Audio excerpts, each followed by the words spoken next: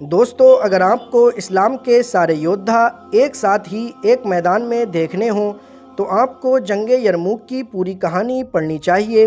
لیکن دوستو، آپ کے پاس نہ تو اتنا ٹائم ہے کہ آپ مارکیٹ جائیں اور وہاں سے ایک کہانی کے لیے ایک کتاب خریدیں اور پھر اس کو پڑھیں۔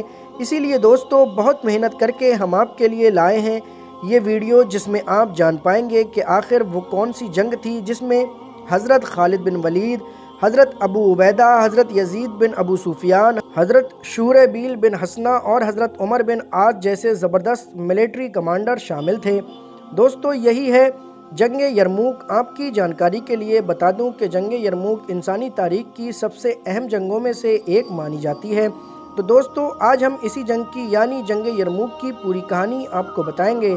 دوستو، ویڈیو شروع کرنے سے پہلے آپ سے چھوٹی سی ریکویسٹ ہے کہ ویڈیو کے آخر تک ضرور بنے رہیں، اور اگر چینل پر نئے ہیں تو چینل کو سبسکرائب کر لیں اور بیل آئیکن والے بٹن کو بھی پریس ضرور کر لیں۔ چلیے دوستو، شروع کرتے ہیں جنگ یرموک کی کہانی۔ دوستو، یہ جنگ 6 دن تک چلی اور حضرت خالد بن ولید نے اپنی غیر معمولی ملٹری اسٹریٹجی کا شاندار مظاہرہ کیا۔ اس جنگ میں 1 لاکھ سے 3 لاکھ رومی شامل تھے، جبکہ مسلم فوج میں 30,000 سے لے کر 60,000 فوجی شامل تھے۔ یہ جنگ 15 اگست 636 عیسوی کو شروع ہوئی تھی۔ دونوں فوجیں یرموک نہر کے پاس 1 میل کے فاصلے پر تھیں۔ پہلے دن ہلکی جھڑپیں ہوئیں اور مسلم فوج کو بڑھت حاصل ہوئی۔ رومیوں کے کئی کمانڈر مارے گئے۔ مسلم فوج تجربے کار تھی، جبکہ رومی فوج ٹرینڈ نہیں تھی۔ اس وجہ سے وہ مسلم فوج پر دباؤ نہیں ڈال پا رہے تھے۔ دوسرے دن رومیوں نے فجر کے وقت حملہ کرنے کا فیصلہ لیا، لیکن حضرت خالد بن ولید نے رات میں ہی کسی بھی حملے سے نپٹنے کی پوری تیاری کر لی تھی۔ جب جنگ شروع ہوئی تو ان کا حملہ ناکام کر دیا گیا۔ مسلم فوج پیچھے ہٹی، لیکن حضرت خالد بن ولید نے تیز رفتار گھڑ سواروں کا ایک دستہ بنا رکھا تھا، جس نے رومی فوج کو روک دیا۔ اس میں ایک کمانڈر دیر جان مارا گیا۔ حملہ ناکام ہونے اور کمانڈر کے مارے جانے کی وجہ سے رومی فوج کا حوصلہ پست ہو گیا۔ تیسرے دن رومیوں نے اسلامی فوج کو توڑنے کی کوشش کی۔ حضرت عمر بن عاص کے دستے کے مقابلے میں کانا تیر غلام اور قلب یعنی سینٹر کی حفاظت کر رہے حضرت شورحبیل کے مقابلے میں ایک شخص تھا جس کا نام مہان تھا۔ پہلے حضرت عمر بن عاص کے دستے پر حملہ ہوا۔ رومی اس میں تھوڑا آگے بڑھے، لیکن اسلامی گھڑ سواروں نے انہیں پھر پیچھے دھکیل دیا اور دکشڑی چھور سے حملہ کیا۔ اس کے بعد حضرت خالد بن ولید نے تیز رفتار گھڑ سواروں کے ساتھ مہان پر حملہ کیا۔ نتیجہ یہ ہوا کہ رومن لوگ پھر سے پیچھے ہٹ گئے۔ چوتھے دن اسلامی فوج کو کافی نقصان ہوا۔ رومن کمانڈر مہان نے حضرت شورحبیل کے دستے پر زبردست حملہ کیا۔ اس میں ارومونیا کے زبردست عیسائی لڑاکے شامل تھے۔ کانا تیر دستے میں عمر بن عاص کے دستے کو پیچھے دھکیل دیا۔ حضرت خالد بن ولید نے حضرت ابو عبیدہ اور یزید بن ابو سفیان کو حملہ کرنے کا حکم دیا۔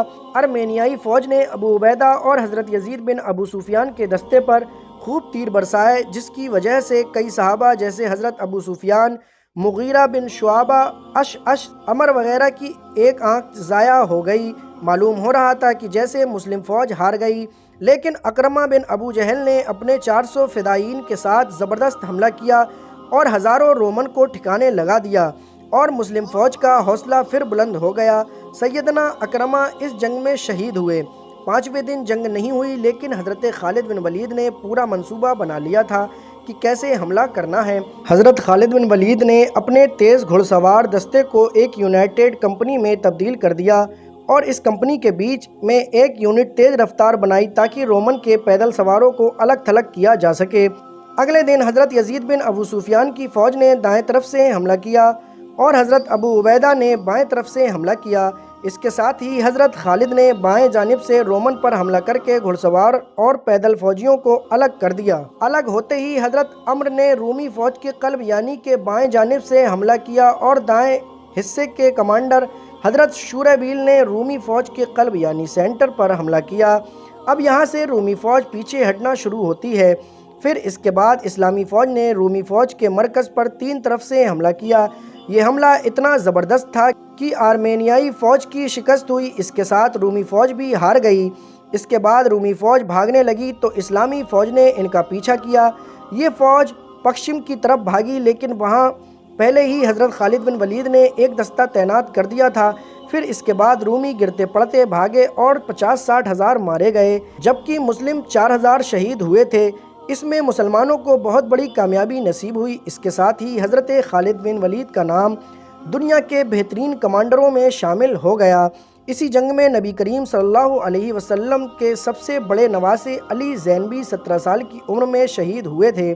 اس جنگ میں حضرت ابو سفیان، آپ کے بیٹے سیدنا یزید بن ابو سفیان اور آپ کی والدہ محترمہ سیدہ ہند شریک ہوئیں۔ سیدہ ہند اسلامی فوج کا حوصلہ بڑھاتے ہوئے کہتی ہیں، اے مسلمانوں، اپنی تلوار سونت لو۔